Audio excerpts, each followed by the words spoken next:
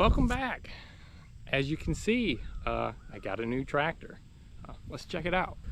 So I recently acquired this.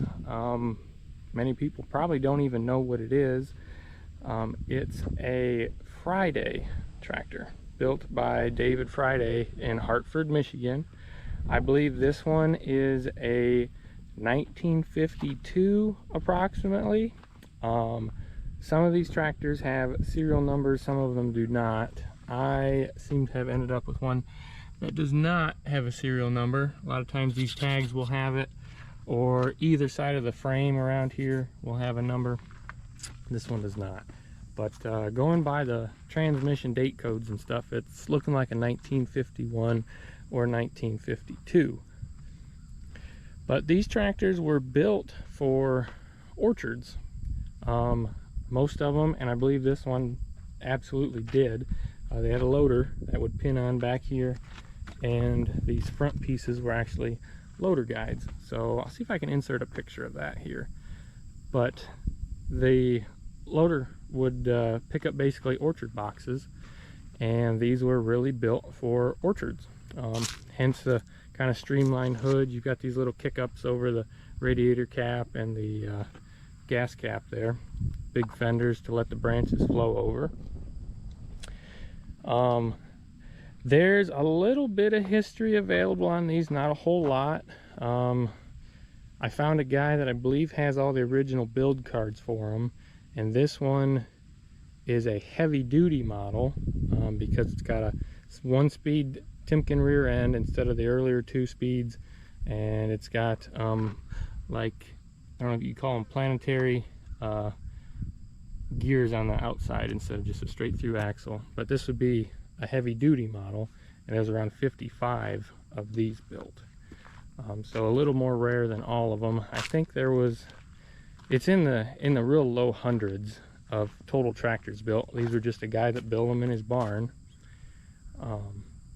But they were built for orchards, and they've got a Chrysler 230 engine, a 5-speed manual transmission, and they were known to have a pretty fast road gear in them, so you could load your wagons and pull them into town all with just one machine. Now this one has, I believe this would be the original hydraulics up front, but somebody has added this power steering setup. I don't believe it would have originally had that. But they're a pretty crude tractor, really. They're just iron and holes torched and welded together and bolted together.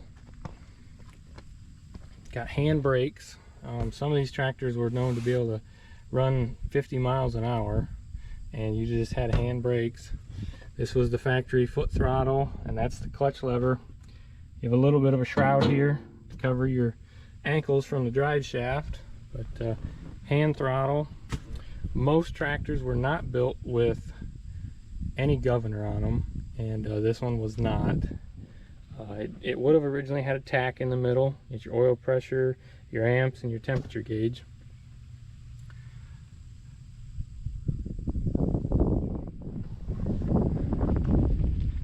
But it's really a pretty neat little tractor, and I acquired it in not the best way.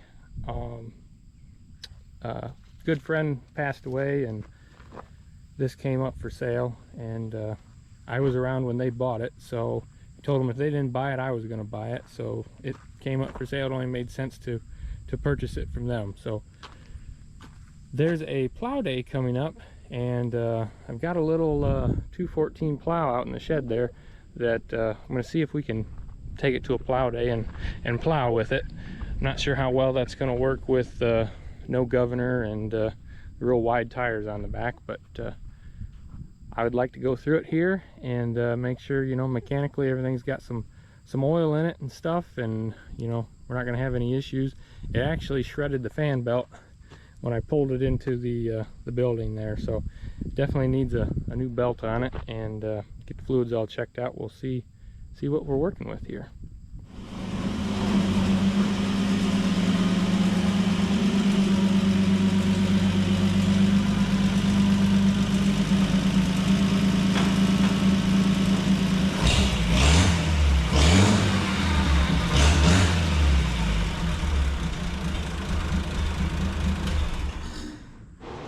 I'll start by getting this oil drained because I have no idea when the last time it was changed was, and it looks dark, so it really needs done.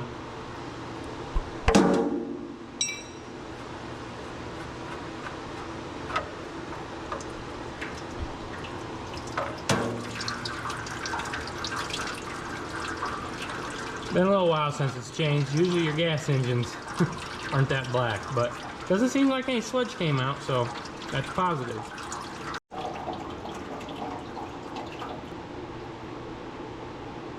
Change the oil filter while we're in here.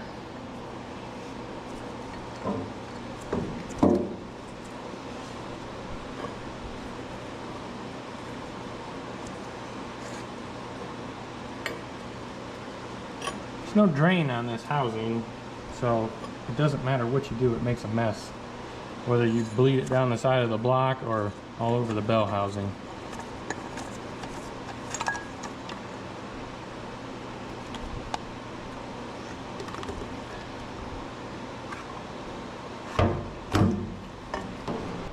A lot of times people complain that I don't pressure wash this stuff before I work on it. This is exactly why, because you're just gonna have to wash it again later. Got the filter housing all cleaned out. I actually have a little shot back that I have basically essentially decided to ruin that I use.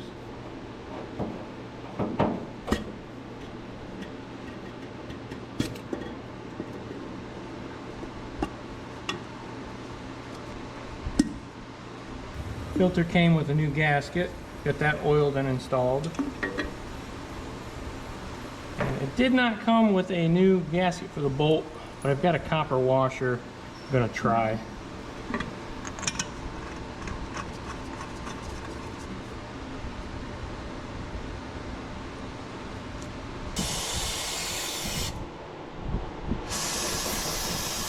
Got a new copper washer to put on it as well.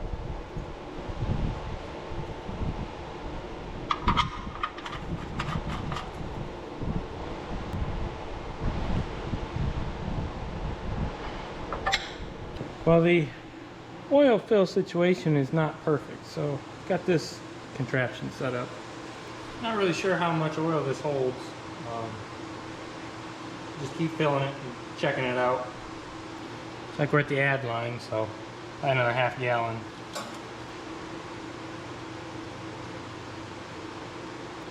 That's got us right up towards the top.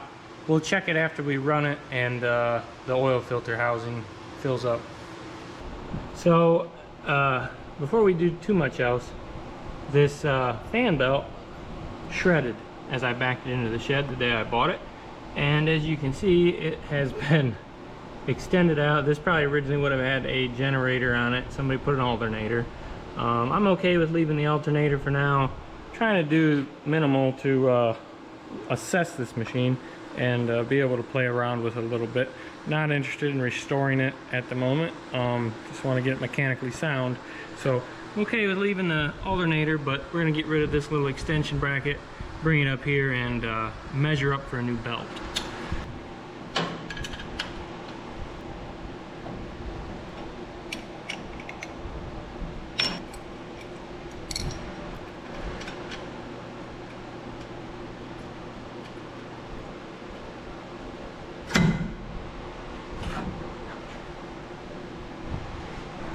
Okay, so the alignment of this alternator is right here, and the pulley for the crank is out there, and the water pump pulley is in line with that. So alignment's pretty poor on this. Not much I can do about it. I can adjust these bolts that they've got where they slotted this bracket out, but essentially I just need to make a new bracket. But that'll be a future project. Just see if I can get a belt on here that'll hang in there.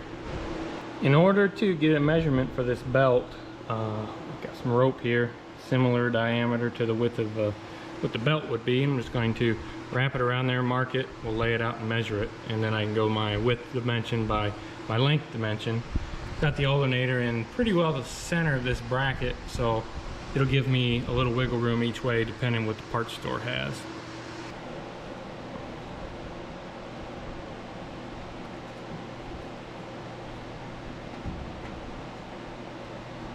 and we'll just mark it right here where the two pieces come together. Now we're going to take the end of the rope, start a tape measure on it, and just draw it out until we get our line. And our line is 45.5 from the end. So the pulley on the alternator is a 1/2 inch wide pulley, and the other ones are 5/8.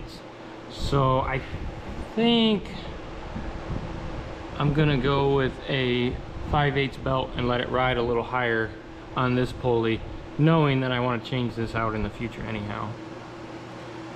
And with this being in the middle, I believe that dimension by 5/8 should still fit on here, maybe even jump up to 46. Alright, so what you're looking at here is the drive shaft that runs the hydraulic pump. So this is hydraulic pump side, this is the engine here. So I need to take this shaft out so I can fish a new belt through.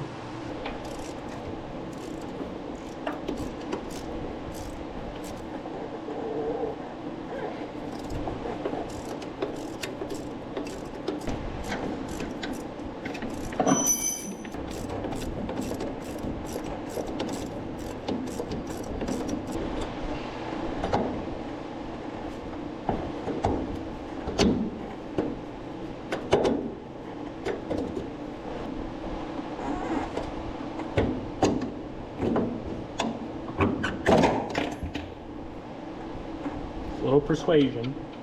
New belt that hopefully fits.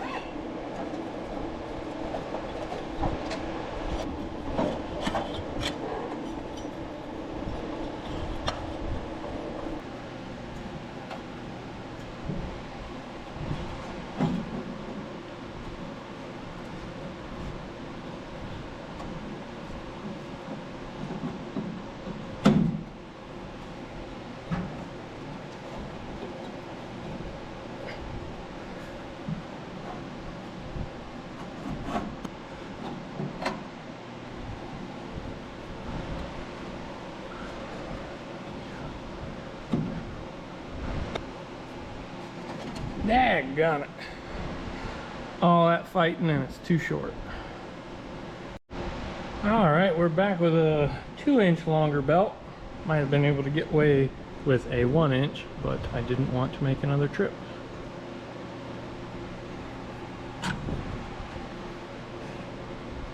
Perfect. Like I said, it's going to ride kind of high in this pulley here, but it's the right size for the water pump and the crank pulley.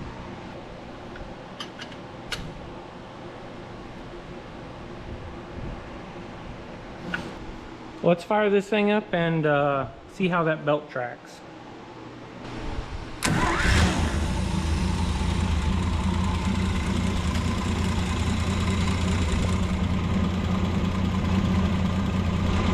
Looks like it's tracking pretty good. Let it warm up here a minute, get the oil cycled through, and we'll check the oil.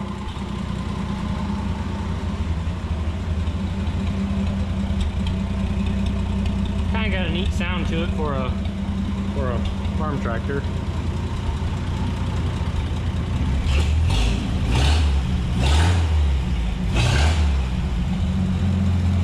Charging, got good oil pressure. She told me the temp gauge wasn't working right, and they think it's not getting proper ground because they use Teflon tape on it. I'm going to check the oil in this reduction box here. This is the left side, so the factory Timken axle is right here, and it comes out and bolts onto this reduction. I don't know who built these, but I don't know what the reduction ratio is either, but it takes this and slows it down before it is mounted to the wheel. Threads are wet, like it's got oil in it.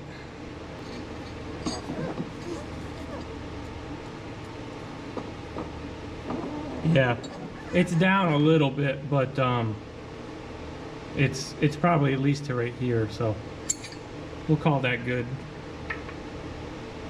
And the oil's clean looking, so I've got no worries about that. Check the right side as well. It's same thing, down just a touch from the plug. Oil's clean, smells good, so that's to me a bit of a relief that those reduction boxes are in good condition, because I don't know what manufacturer they are, and I'm not sure if you could even get parts if you wanted to. So if they were run a long time without oil, that would have been unfortunate, but doesn't appear they've been. So let's check the rear end here.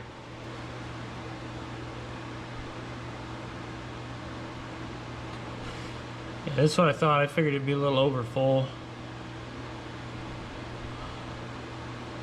It's kind of dirty, kind of dirty, rusty looking.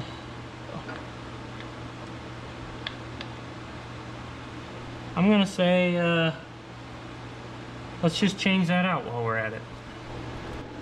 Plug is just right underneath here for the drain. Left side of the rear end.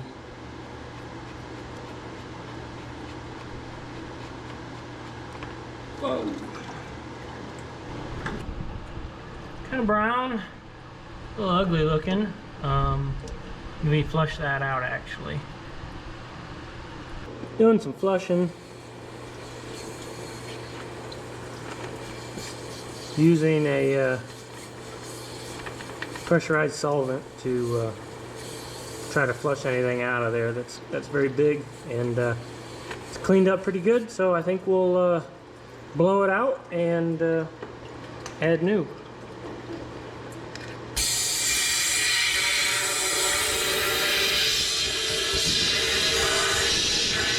So I noticed a little bit as I was driving this around when I first bought it that the rear end liked to talk a little bit, if you know what I mean. So we've got some molasses here to put in it, some 85 140.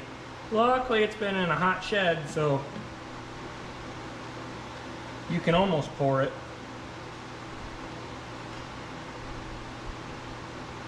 Got it right up to full, just dripping out. Perfect.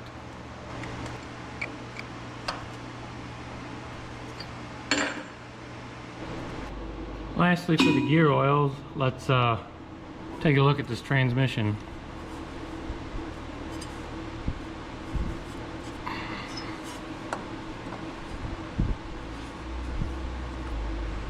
It's definitely over full. Let's see what the fluid looks like.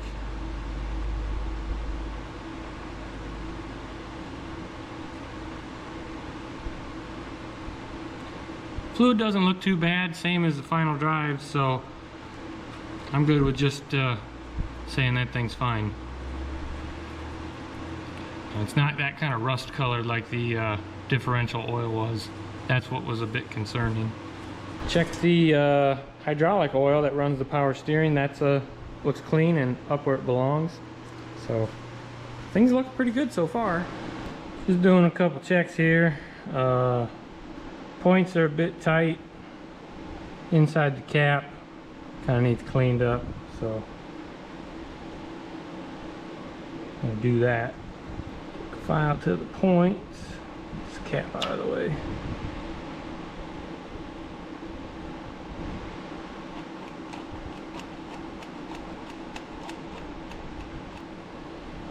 I'm not exactly sure what these are supposed to be, but 20 thousandths is probably close enough.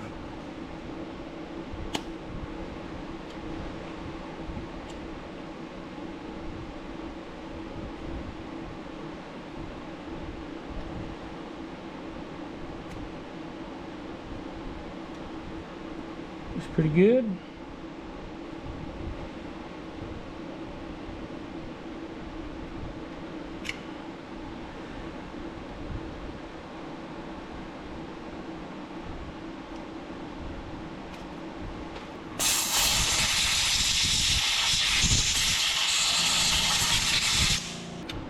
Clean up these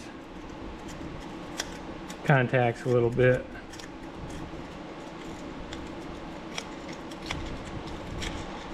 with a touch of oil on this rotor.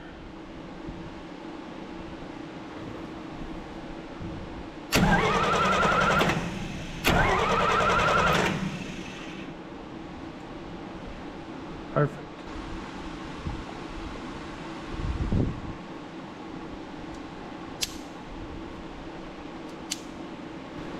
These U-joints in the back have greasers that you gotta look after.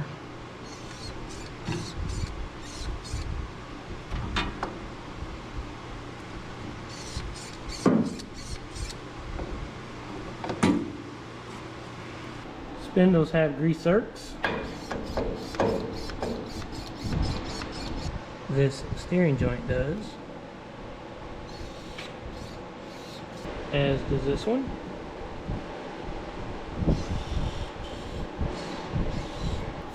As well as the main pivot.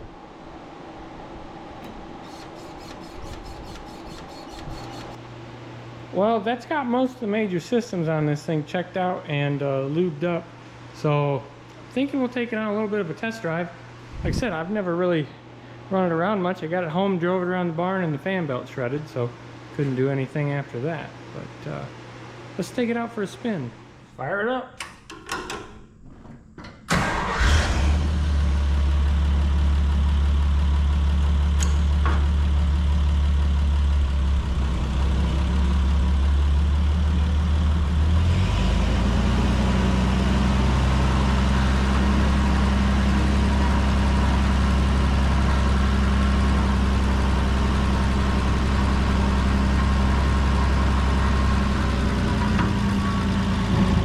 I gotta say, it is a bit intimidating with all that spinning right by your legs. Gotta make sure your pants aren't too baggy.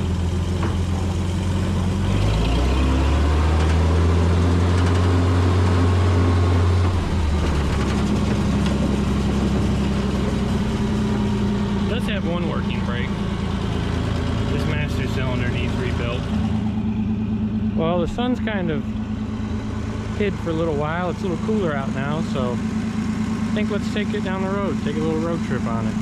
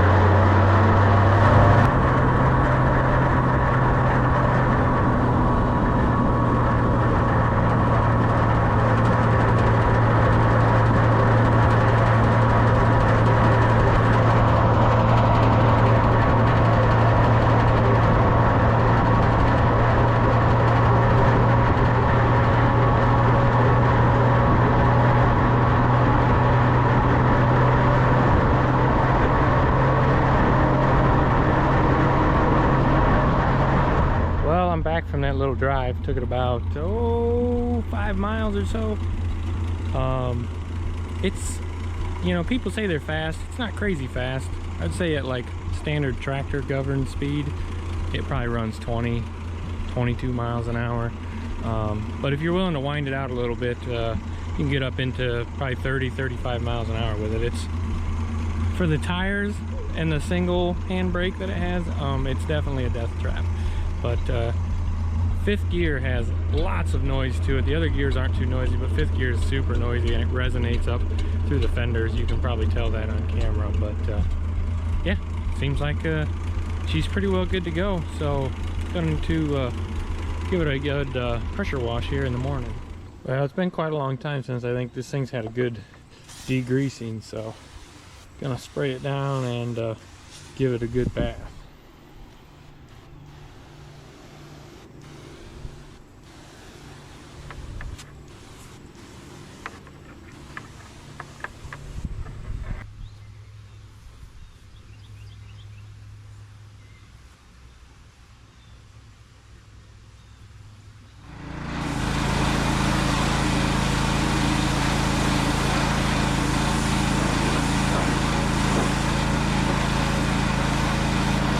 got this all washed off once, but there's a ton of like mildew staining and stuff in the paint yet.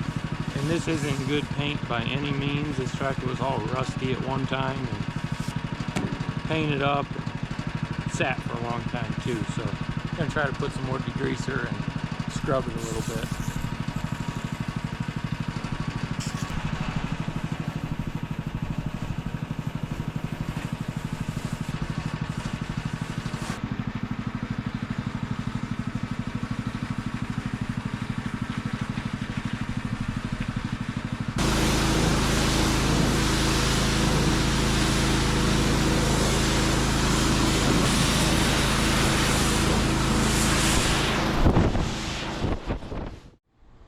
Got everything washed up pretty good.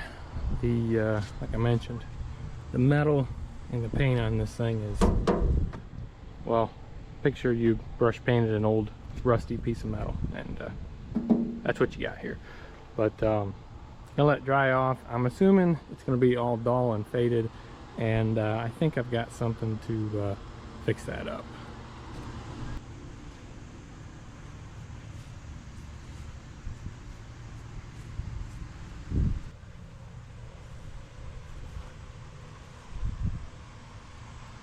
Alright, everything's all dried out and baking in the sun a bit. So it's got a little boiled linseed oil. I'm going to try to put a light coat on everything and see if that gives it a bit of a lasting shine.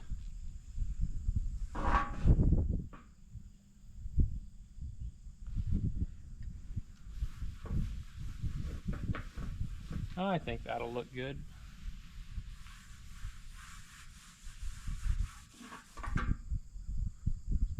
Might take a little more than a light coat, but we'll get something going here.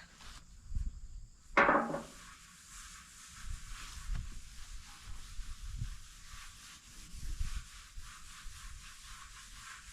what's good about the linseed oil is it'll actually dry up and it won't stay sticky like if you were to use an oil like WD-40 that'll collect dust over time, and this kind of gets hard and dries up.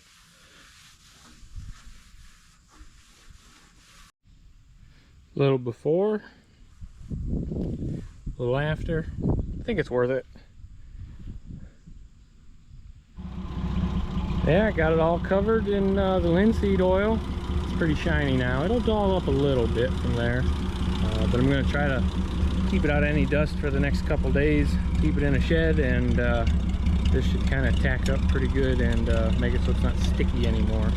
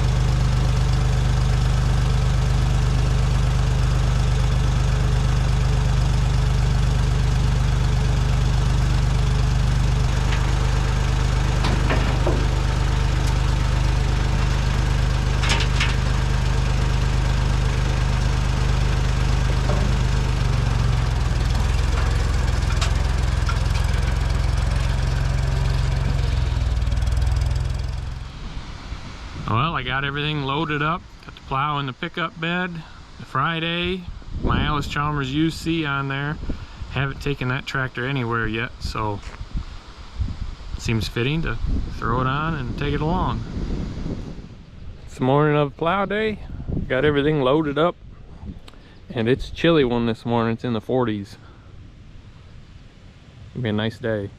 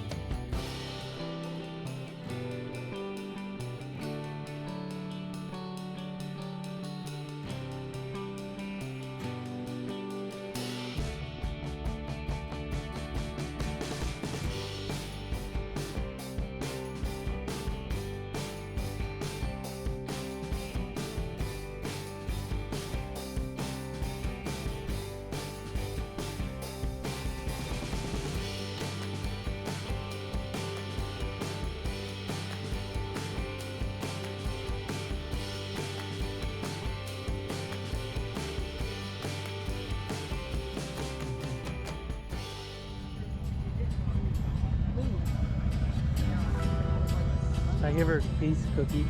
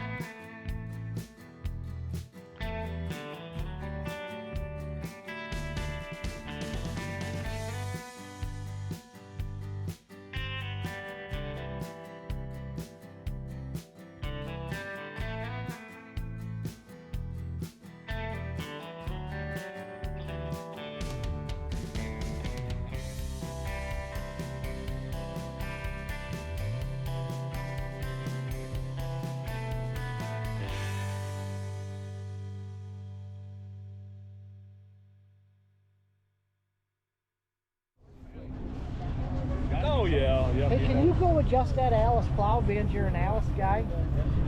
That one on that 7045? Now, that's an international plow. Well, you don't know nothing about it then, do you? Hang a bunch of weight on the front. Oh. Put a not worn out point on it. Go ahead. Make yourself at home. He says this is so much better than the plow. Frog right there.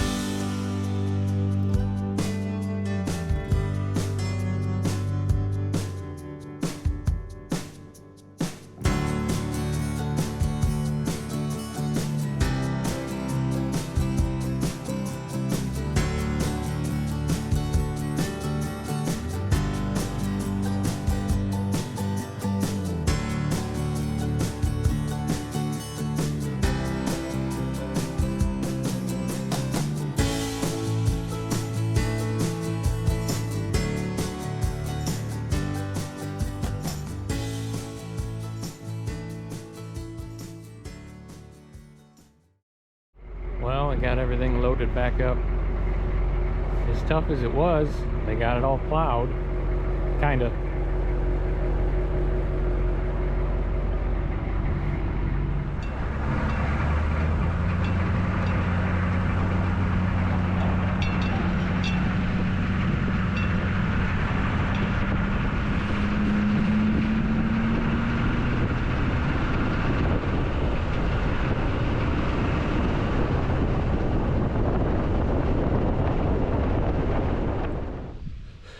Well, home from the plow day didn't work out exactly like I planned.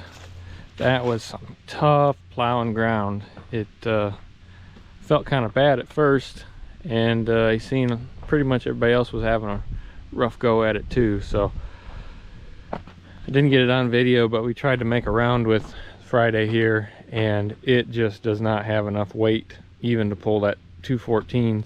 Problem was, you would either get up on top of the ground and it didn't want to cut in, or you could get it in the ground and it'd want to pull it 8-10 inches deep, which is deeper than that should be. You would want to be about 7 inches on that plow, and you just couldn't keep it at a steady spot. And this thing either it just didn't have the weight to pull it when it got that deep.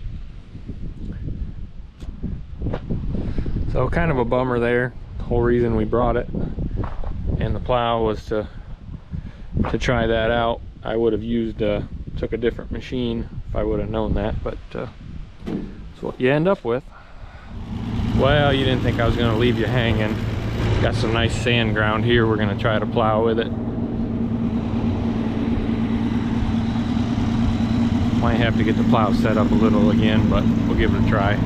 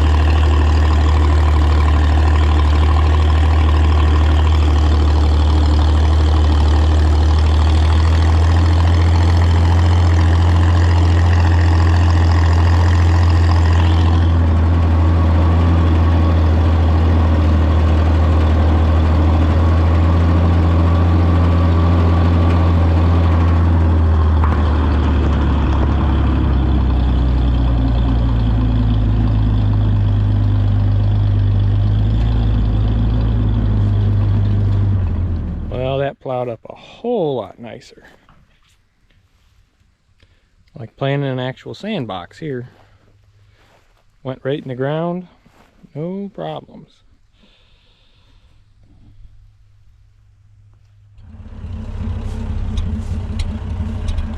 Well, I say this video was a success. We got a new tractor, we got it running good, we got a few tweaks worked out of it. We were even able to actually do some plowing after all. So what's not to like about that? Now this plow needs a little more work. A guy I bought it from, they said they used to plow with it a lot, but it's been maybe even 10 years. The lift clutch is got some old grease in it, gummed up, and it doesn't want to drop in the dogs like it's supposed to. Usually those just have like a roller on a shaft in there, and they drop into a divot in the outer like drum. And a lot of times those divots will get full of hard old grease, and the roller won't drop in and grab to lift the plow up like it should. But Friday's doing good. No real issues out of it. I was a little worried about the clutch when we started, but it turns out that got plenty of clutch left in it. It pulled hard today, just didn't really have enough lead in its pockets to do any plowing at the plow day. It's got the power, just not the weight for as hard as that ground was down there. But it's a neat tractor. Got a lot of people's attention at the plow day, a lot of questions about it. Previous owner got to take it for a ride, so that was cool. Got it kind of shined up for her and do a little lap on it. Wanted to be able to have her plow with it, but that's didn't really happen there. So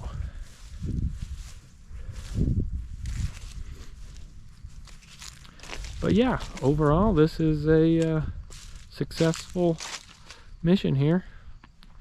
Neat tractor added to the collection, and got it running pretty good. Take it to some shows in the future.